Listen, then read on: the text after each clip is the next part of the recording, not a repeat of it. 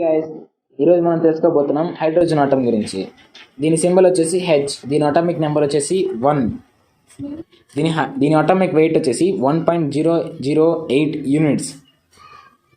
దీని location periodic టేబుల్లో 1A1లో ఉంటుంది.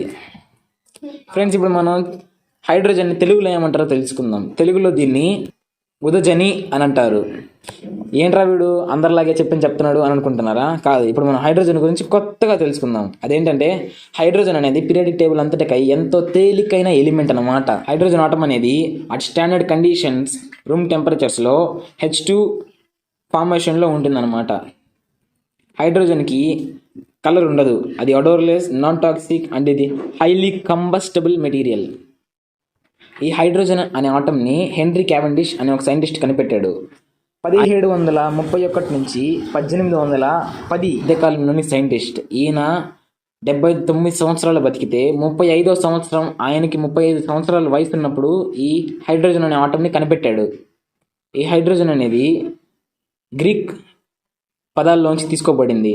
హైడ్రో అండ్ జెనిసస్, ఈ రెండు పదాల కలయికే వాటర్ ఫార్మింగ్ అని అర్థం. అదే హైడ్రోజన్ అన్నమాట. ఈ హైడ్రోజన్ ఈ విశ్వం అనే 100%లో దాదాపు 75% నిండిపోయి ఉంటుంది. ఈ హైడ్రోజన్ అనే ఎలక్ట్రికల్లీ న్యూట్రల్ ఆటం ఒక single positively charged proton and single negatively charged ఎలక్ట్రాన్ని కలిగి ఉంటాయి. ఈ రెండింటి మధ్య న్యూక్లియస్ బాండింగ్ అనేది జరిగి కొలంబ్ ఫోర్స్ అనే ద్వారా అవి రెండు ఒకదానొకటి అనుసంధానంతో ఉంటాయి. ఇది ఎంతో రేడియో యాక్టివ్ ఎలిమెంట్ అంటే ఈ హైడ్రోజన్ అనేది ఒక రేడియో యాక్టివ్ ఎలిమెంట్. ఇది హీలియం 3గా డికే అయ్యొద్దు. దాని హాఫ్ బెటా లైఫ్ వచ్చేసి 12.32 ఇయర్స్ అనమాట. ఈ హైడ్రోజన్ అనేది ఎంత రేడియో యాక్టివ్ ఎలిమెంట్ అనేది అర్థమయ్యేలా చెప్పాలంటే ఇది లూమినస్ పెయింట్స్లో ఎంత ఎక్కువగా వాడతారనమాట. లూమినస్ పెయింట్స్ అంటే అది చీకట్లో కూడా ఎంతో కాంతివంతంగా కాంతిని వెదజల్లుతూ ఉంటుంది. ఈ లూమినస్ పెయింట్ అనే దాన్ని ఎక్కువగా వాచెస్లో వాడతారు. ఆ వాచెస్లో పైన ఉన్న గ్లాసు దాని లోపల ఉన్న రేడియేషన్ని బయటికి రానివ్వకుండా ప్రివెంట్ చేస్తుంది.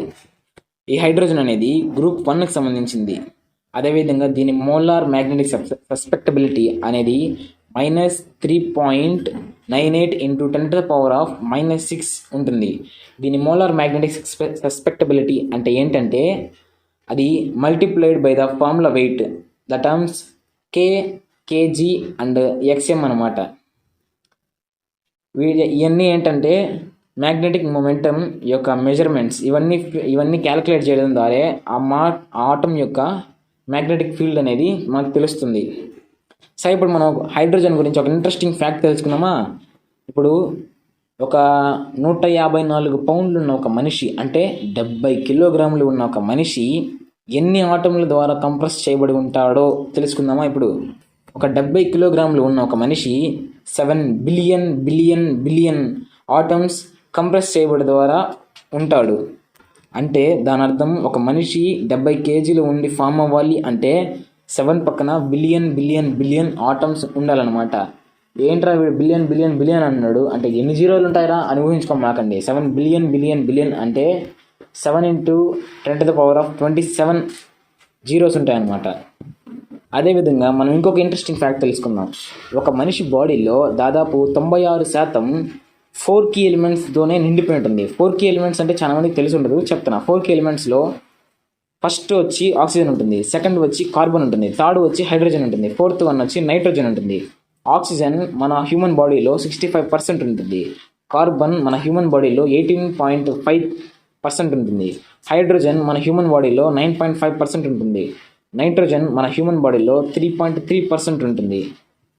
ఈ హైడ్రోజన్ అనేది మనిషి బాడీకి ఎంత ఇంపార్టెంట్ అంటే ఆ హైడ్రోజన్ లేకపోతే మనిషి హైడ్రేటెడ్ లేక చచ్చిపోయే ప్రమాదం కూడా ఉంటుంది. మనిషి ఎంతో ఉత్సాహంగా, ఎంతో బలంగా, ఎంతో యాక్టివ్గా ఉండాలి అంటే ఆ మనిషి హైడ్రేటెడ్లో ఖచ్చితంగా ఉండాలి. అందుకే డాక్టర్స్ ఎప్పుడైనా కానీ ఎక్కువ నీళ్ళు తాగండి అంటాడు. దాని ద్వారా మన బాడీకి అందుతున్న హైడ్రోజన్ అనేది మన బాడీని ఎప్పుడు స్టేబుల్గా, హైడ్రేటెడ్గా ఉంచుతుంది. అందుకే మన బాడీకి హైడ్రోజన్ ఎంతో వెన్నుపూస లాంటిది. అంతేకాదు దీన్ని మిలిటరీలో ఎంతో కఠినమైన గొప్ప ఆయుధాలలో కూడా వాడతారు. ఈ మిలిటరీలో ఉపయోగించే చాలా వరకు ఆయుధాల్లో ఈ హైడ్రోజన్ అనే ఆటంని ఉపయోగించే చాలా రకాలైన భయంకరమైన బాంబుల్ని, ఇంకా చాలా రకాలమైన ఆయుధాలని అలా ఎలాంటివైనా కానీ తయారు చేస్తూ ఉంటారు. దీని సత్తా మిలిటరీ ఫీల్డ్లో ఎలా ఉంటుంది అంటే మనందరికీ తెలిసిన విషయమే. World War II ఎంత భయంకరంగా ఎండ్ అయిందో అదే హిరోషిమా నాగసాకి మీద బాంబ్ టెస్ట్. ఇప్పుడు మనం ఒకసారి చరిత్రకు వెళ్దాం. ఈ హైడ్రోజన్ బాంబ్ అనేది 1953 ఆగస్టు 12న ఫస్ట్ యునైటెడ్ కింగ్డమ్ దీన్ని ప్రయోగించింది. దాని తర్వాత చైనా ప్రయోగించింది, దాని తర్వాత ఫ్రాన్స్ ప్రయోగించింది. మన ఇండియాలో 1998లో థర్మోన్యూక్లియర్ డివైస్ ద్వారా దీన్ని టెస్ట్ చేయడం అనేది జరిగింది. ఇది పోఖరణ్ అనే ఒక విలేజ్లో రాజస్థాన్లో